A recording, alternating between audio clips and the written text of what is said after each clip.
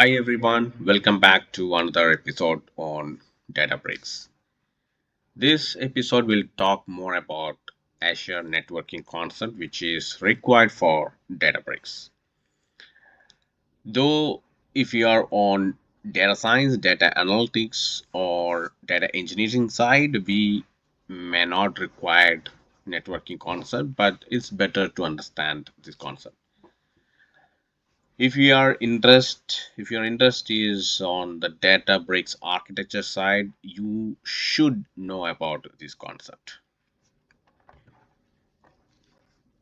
We'll go through some of the important networking concept, right? As you're aware, networking concepts are essential for Databricks as they enable data ingestion, cluster communication, integration with external services, definitely the security and scalability. Understanding and implementing networking best practices can help optimize the performance, security, and overall functionality of Databricks in a cloud environment.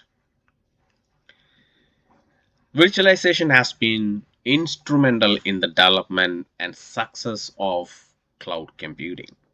It has provided the necessary foundation for the efficient utilization of resources, scalability, multi tenancy, mobility, and service delivery in cloud environments.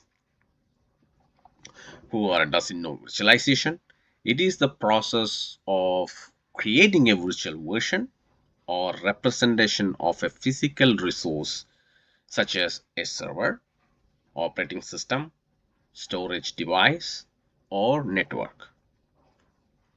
It allows multiple virtual instances or environments to run on a single physical resource, effectively maximizing resource utilization and improving efficiency.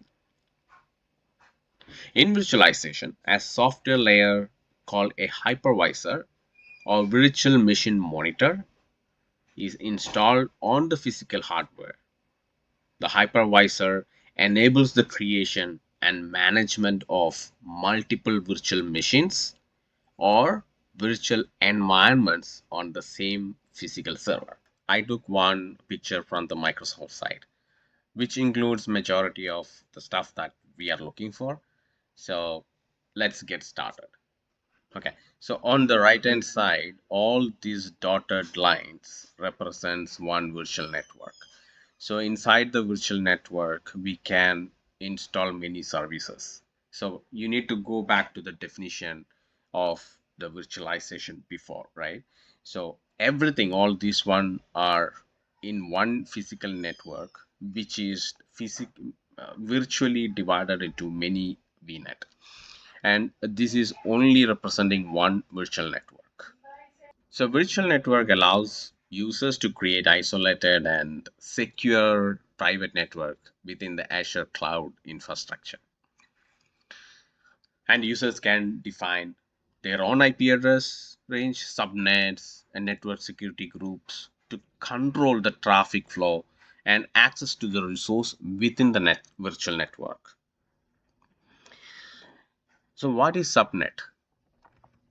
So you can see we have multiple subnets if you look at this picture, right? So we have web tier subnet, business tier webnet, data tier subnet. So it is a segmentation within the virtual network, right? So in definition, you can say that subnetwork is a division of an IP network into smaller logical networks. And subnet can be commonly used for many things like network segmentation, IP address management, security and access control, or routing efficiency. So subnets actually give more efficient routing within the network. Right? Device within the same subnet can communicate directly without the need for routing through a gateway or a router. Now we have gone through virtual network and subnet. Now let's look at Azure Load Balancer. A load balancer is a networking device, or you can say software component that distributes incoming virtual traffic across multiple servers or resources to ensure efficient utilization and high availability.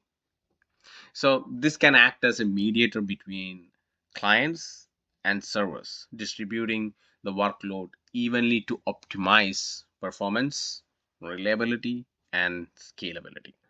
Another point that I want to talk about here is the NSG. You can see one NSG lock picture here, right, in every subnet. So, what exactly NSG? It's the full name is Network Security Groups. You can think like it's the fundamental networking security feature provided by the computing platform. So, this acts as a virtual firewall that controls inbound and outbound traffic. So an NSG contains a set of security rules that define the allowed or denied network traffic based on various criteria, such as source IP address, destination IP address, port numbers, and protocols. These rules are applied to subnets or individual network interface within a VNet.